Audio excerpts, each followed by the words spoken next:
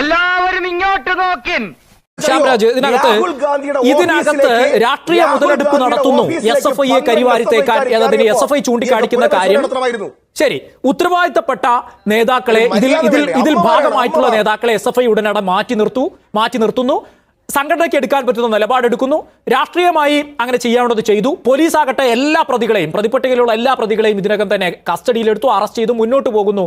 ഈ നിലവിലെ സാഹചര്യത്തിൽ സിദ്ധാർത്ഥിന്റെ അച്ഛന് പോലും ഇപ്പോൾ നടന്നുകൊണ്ടിരിക്കുന്ന അന്വേഷണത്തിൽ അത് അട്ടിമറിക്കപ്പെടുമോ എന്ന ഭയമുണ്ട്. പക്ഷെ നിലവിൽ അത് നല്ല നിലയ്ക്കാണ് പോകുന്നത് എന്ന അഭിപ്രായവുമുണ്ട്. അങ്ങനെ ഇരിക്കെ ഇന്ന് സുരേഷ് ഗോപി ആവശ്യപ്പെടുന്നു, ഇത് കേന്ദ്ര ഏജൻസിക്ക് വിടണം. നിങ്ങൾ ഇതിനകത്ത് SFI കരിവാരി തേക്കുന്ന തരത്തിലുള്ള, അല്ലെങ്കിൽ ആ തരത്തിൽ SFI ആരോപിക്കുന്ന തരത്തിലുള്ള പ്രചണ്ഡമായ പ്രചരണവും അഴിച്ചുവിടുന്നു. അവിടെ സമരം നടത്തുന്നു. എന്തിന്? ശ്യാം, ഞാൻ തുറന്നു പറയാം. റാഷിദേ, ഒരു ചെറുപ്പക്കാരനെ എല്ലാവരും കൂടി കൊല്ലാക്കൊല ചെയ്തിട്ട് ക്രൂരമായിട്ട് മർദ്ദിച്ച് കൊലപ്പെടുത്തിയിട്ട് അതിൽ പ്രതിഷേധിക്കുന്ന സമയത്ത് രാഷ്ട്രീയ മുതലെടുപ്പ് നടത്തുന്നു വെച്ചാൽ അത് അങ്ങനെയാണോ? കേരളത്തിൽ SFIയുടെ ആക്രമണത്തിൽ കൊല്ലപ്പെടുന്ന ആദ്യത്തെ ചെറുപ്പക്കാരനാണോ ഈ കൊല്ലപ്പെട്ടിട്ടുള്ള സിദ്ധാർത്ഥൻ?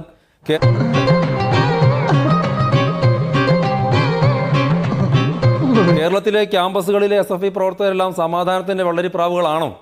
കേരളത്തിന്റെ വിദ്യാലയങ്ങളുടെ ഒരു കണക്കെടുത്തിട്ടുണ്ടെങ്കിൽ സ്വന്തം പ്രവർത്തകരെ ഇവർ എത്ര തവണ ആക്രമിച്ചിട്ടുണ്ട്? ശരി, പോട്ടെ, കൂടുതൽ എന്നെ നാറ്റിക്കരുത്. ഇവരുടെ സംസ്ഥാന സെക്രട്ടറിയുടെ മേലുള്ള കേസുകൾ എന്തൊക്കെയാണ്? ASFന്റെ നേതാവിനെ തന്നെ ഇവിടെ പറയാൻ പറ്റില്ലാത്ത വാക്കുകൾ ഉപയോഗിച്ച് പല രീതിയിൽ ക്രൂരമായിട്ട് അപമാനിച്ചിട്ടുള്ള ഒരാളല്ലേ ഇവരുടെ സംസ്ഥാന സെക്രട്ടറിയായിട്ട് തന്നെ ഉള്ളത്. അയാൾക്കെതിരെ മറ്റൊരു കേസ് എന്താണ്? സഹപാഠിയായിട്ടുള്ള ഒരാളെ കൊലപ്പെടുത്താൻ ശ്രമിച്ചു എന്നുള്ള കേസിന് ജയിലിൽ പോയിട്ട് പരീക്ഷയ്ക്ക് വേണ്ടി ജാമ്യം എടുത്തു വന്നിട്ടുള്ള ആളല്ലേ. ഇനി തിരുവനന്തപുരം യൂണിവേഴ്സിറ്റി ക്യാമ്പസിലെടുത്താൽ ഇവർ ആരെയാ കുത്തിയിട്ടുള്ളത്? സ്വന്തം കത്തിയെടുത്തിട്ട് സ്വന്തം പ്രസ്ഥാനത്തിൽ പ്രവർത്തിക്കുന്ന SFIക്കാരനെ തന്നെ കുത്തിയിട്ടുള്ള ആളുകളല്ലേ. ഇവരാണ് സമാധാനത്തിന്റെ വെള്ളരിപ്രാവുകൾ. നമ്മളൊരു കാര്യം, ഈ ഒരു ചർച്ച പലപ്പോഴും ഏകപക്ഷീയമായിട്ടും ഇത് വളരെ ചെറുതാക്കിയും പോകുന്നുണ്ട് എന്നാണ് എൻ്റെ അഭിപ്രായം. സത്യത്തിൽ കേരളത്തിലെ ക്യാമ്പസുകളിലെല്ലാം ഈ ഇടതുപക്ഷ ഭീകരവാദികൾ ഇവരുണ്ടാക്കിയെടുക്കുന്ന ഒരു എക്കോസിസ്റ്റം ഉണ്ട്. ആ എക്കോസിസ്റ്റം എന്ന് പറയുന്നത് കേവലം ഈ SFIയുടെ പ്രവർത്തകർ മാത്രമൊന്നുമല്ല.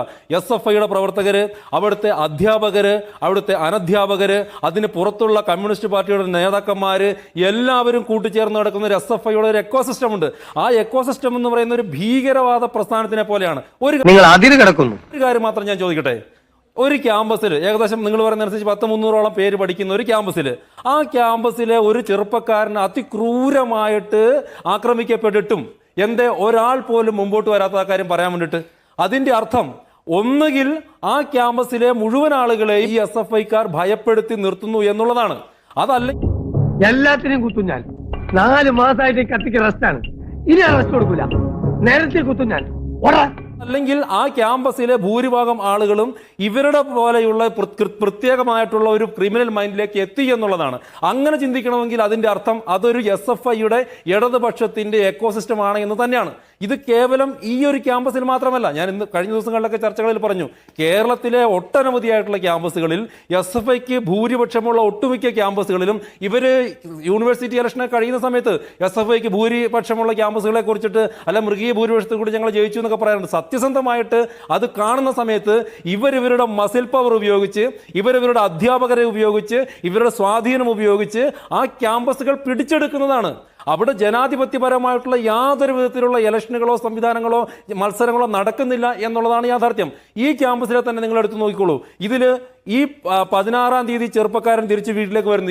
വീട്ടിൽ നിന്ന് ഇയാൾ തിരിച്ച് ഹോസ്റ്റലിലേക്ക് വരുന്നു. അന്ന് രാത്രി 9 മണി മുതൽ രാത്രി ഇയാളെ മർദ്ദിക്കുന്ന ആരാണ്? SFIയുടെ അവിടുത്തെ യൂണിറ്റ് സെക്രട്ടറി. കോട്ടെ സാരല്ല, ഞാൻ മാത്രമേ കണ്ടുള്ളൂ. ഇനി ഇവിടെ നിന്ന് അഴിവണ്ടവാ, നമുക്ക് അങ്ങോട്ട് മാറിയിക്കാം. അമൽ ഇസഹാഖ്, അയാൾ എന്തിനാണ് മർദ്ദിക്കുന്നു? പറയട്ടെ. SFIയുടെ നേതാവ് ഇവിടെ ഇരിപ്പുണ്ടല്ലോ. എന്താണ് ആ SFIയുടെ നേതാവിന് ഈ ചെറുപ്പക്കാരനെ മർദ്ദിക്കാൻ വേണ്ടിയിട്ടുള്ള അവകാശം?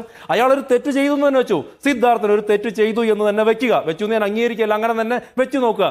അയാളെ ഈ കൊല്ലാക്കൊല ചെയ്യാനാണ്, അയാളെ തല്ല് ചതയ്ക്കാൻ, അയാളെ സ്വാതന്ത്ര്യം ജനാധിപത്യം എന്ന് എഴുതി വെച്ചിട്ടുള്ള 4 ചുവരുകൾക്കകത്ത് നിന്നിട്ട് എന്നാൽ അതൊട്ടും പാലിക്കാതെ അയാളെ തല്ല് ചതയ്ക്കാൻ SFIയുടെ യൂണിറ്റ് സെക്രട്ടറിക്ക് ആരാണ് അധികാരം കൊടുത്തത്? ഇനി അതിന് ലീഡ് ചെയ്തിട്ടുള്ള ആരൊക്കെയാണ്? ഇവർ തന്നെ തെരഞ്ഞെടുത്തിട്ടുള്ള SFIയുടെ ആ യൂണിവേഴ്സിറ്റിയുടെ യൂണിയന്റെ പ്രസിഡന്റ്, അയാൾ ആരാണ്? SFIക്കാരനാണ്. ആ യൂണിവേഴ്സിറ്റി യൂണിയന്റെ സെക്രട്ടറി, അയാൾ ആരാണ്? SFIക്കാരനാണ്. ഇത്രയൊക്കെ അധികം ചെയ്തിട്ട് ഈ നാട്ടിലുള്ള എല്ലാ സകല നിയമങ്ങളെയും കാറ്റിൽ പറത്തിക്കൊണ്ട് ഒരു ചെറുപ്പക്കാരനെ ജോർജ് ഫ്ലോയിഡിനെ കൊന്ന സമയത്ത്, അമേരിക്കയിൽ ജോർജ് ഫ്ലോയിഡിനെ കൊന്ന സമയത്ത് ലോകം മുഴുവൻ വലിയ പ്രതിഷേധങ്ങളുണ്ടായി. എനിക്ക് ശ്വാസം മുട്ടുന്നു എന്ന് പറയുന്ന അദ്ദേഹത്തിന്റെ വാക്കുകൾ എടുത്തിട്ട് ലോകം മുഴുവൻ ഇങ്ങ് കേരളത്തിൽ നമ്മളടക്കം പ്രതിഷേധിച്ചു. ഞാൻ പറയുന്നു, അമേരിക്കയിൽ ജോർജ് ഫ്ലോയിഡിനെ കൊന്നതിനേക്കാൾ ക്രൂരമായിട്ടാണ് ഈ ക്യാമ്പസിൽ SFIയുടെ ആളുകൾ, ഈ കമ്മ്യൂണിസ്റ്റ് ഭീകരന്മാര് സിദ്ധാർത്ഥനെ കൊന്നിട്ടുള്ളത്. മനസ്സിലാക്കി കളഞ്ഞല്ല പിന്നെ. അതുകൊണ്ട് ഇതിൽ നിന്ന് ഇവർക്ക് ഒളിച്ചോടാൻ വേണ്ടി സാധിക്കില്ല. ഇവരുടെ നേതാക്കന്മാരാണ്, കമ്മ്യൂണിസ്റ്റ് പാർട്ടിയുടെ SFIയുടെ നേതാക്കന്മാര് ഈ ക്രൂരകൃത്യത്തിൽ പങ്കെടുത്തതുകൊണ്ടാണ്. ഇനി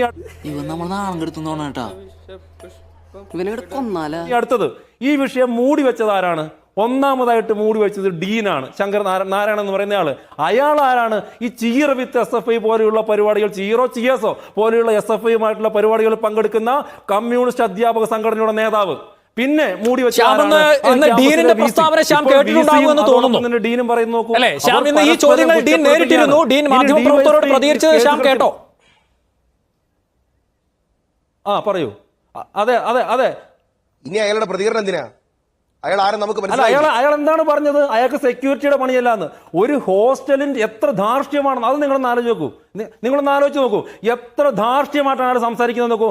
അയാളായിക്കോട്ടെ, SFIയുടെ നേതാക്കന്മാരായിക്കോട്ടെ, ഇന്നലെ നിങ്ങൾക്ക് മാധ്യമങ്ങൾക്ക് മുമ്പിൽ വന്നിട്ടുള്ള സാധാരണ നിഷ്പക്ഷരായിട്ടുള്ള വിദ്യാർത്ഥികൾ എന്ന് പറയുന്ന ചെറുപ്പക്കാരായിക്കോട്ടെ, ഇവരുടെയൊക്കെ ധാർഷ്ട്യത്തോടു കൂടിയുള്ള സംസാരം നിങ്ങൾ ശ്രദ്ധിച്ചോ? സ്വന്തം ക്യാമ്പസിൽ പഠിക്കുന്ന ഒരു വിദ്യാർത്ഥി ഇപ്പോഴും അത് കൊലപാതകമാണോ അതെയോ ആത്മഹത്യയാണോ എന്ന് സംശയമുണ്ട്. ഞങ്ങൾ ഇപ്പോഴും വിശ്വസിക്കുന്നത് കൊലപാതകമാണെന്ന് തന്നെയാണ്. അങ്ങനെ ഒരു ചെറുപ്പക്കാരൻ അതിനെ കൊല്ലപ്പെട്ട രീതിയിൽ കണ്ടിട്ട് ഈ ഡീൻ എന്ന് പറയുന്നയാൾ, അയാൾ ആ ചെറുപ്പക്കാരന്റെ വീട്ടുകാരെ വിളിച്ചൊന്ന് പറയാൻ വേണ്ടിയിട്ടുള്ള മര്യാദ കാണിച്ചില്ല. അയാൾ ആ വീട്ടിലൊന്ന് ഉടനടി അദ്ദേഹം മരിച്ചതിന് ശേഷം പോകാനുള്ള മര്യാദ കാണിച്ചില്ല. എന്നിട്ട് ഇന്ന് നിങ്ങളെ പോലുള്ള മാധ്യമങ്ങൾ ചോദിച്ചപ്പോൾ അയാൾ എന്ത് വർത്താനം പറയുന്നത്? അയാൾ പറയാണ് സെക്യൂരിറ്റി പണിയല്ല എൻ്റെ പണിയെന്ന്. പിന്നെ അയാളുടെ ജോലി എന്താ? ഹോസ്റ്റൽ വാർഡന്റെ ജോലി എന്താണ്? അപ്പൊ അയാളെ പോലുള്ള ആളുകളാണ് ഇവിടെ ഇരുന്നിട്ട് ഇതിനെ നിയന്ത്രിക്കുന്നത്. ഈ വിദ്യാർത്ഥികൾക്ക് പൂർണ്ണമായിട്ടുള്ള പിന്തുണ കൊടുക്കുന്ന അയാളാണ് ഡിവൈഎസ്പിയുടെ ആദ്യത്തെ ബൈറ്റ് എന്താണ് ഈ വിഷയമായിട്ട് ബന്ധപ്പെട്ട്? ആദ്യത്തെ ബൈറ്റിൽ അയാൾ പറയുന്നു, ഈ കേസിന്റെ മാധ്യമങ്ങളൊക്കെ ചർച്ച ചെയ്ത് തുടങ്ങിയ സമയത്ത് അയാൾ പറയുന്നു ഇതിൽ SFIയുടെ നേതാക്കന്മാർ ഉൾപ്പെട്ടിട്ടുണ്ടെന്ന്. തൊട്ട് പിറ്റേന്ന് അയാളെ കാണേണ്ട ആളുകൾ കാണേണ്ട രീതിയിൽ കണ്ട സമയത്ത് അയാൾ പറയുന്നു ഇതിൽ രാഷ്ട്രീയപരമായിട്ടുള്ള പങ്കൊന്നുമില്ല, എല്ലാ വിദ്യാർത്ഥികളും കൂടി ചേർന്നതാണെന്ന്. ഇനി അടുത്തത്, ഈ പറയുന്ന അവിടുത്തെ റൂറൽ SP, അയാൾ പത്തനംതിട്ടയിലുള്ള ഒരു പ്രധാനപ്പെട്ട കമ്മ്യൂണിസ്റ്റ് പാർട്ടിയുടെ നേതാവിന്റെ ബന്ധുവാണെന്നേ. അപ്പൊ ഇങ്ങനെ നോക്കുമ്പോഴത്തേക്ക് മുഴുവനായിട്ടുള്ള ഈ ഒരു എക്കോസിസ്റ്റം ഉണ്ട്, ഇടത് ഭീകരവാദികളുടെ എക്കോസിസ്റ്റം ഉണ്ട്.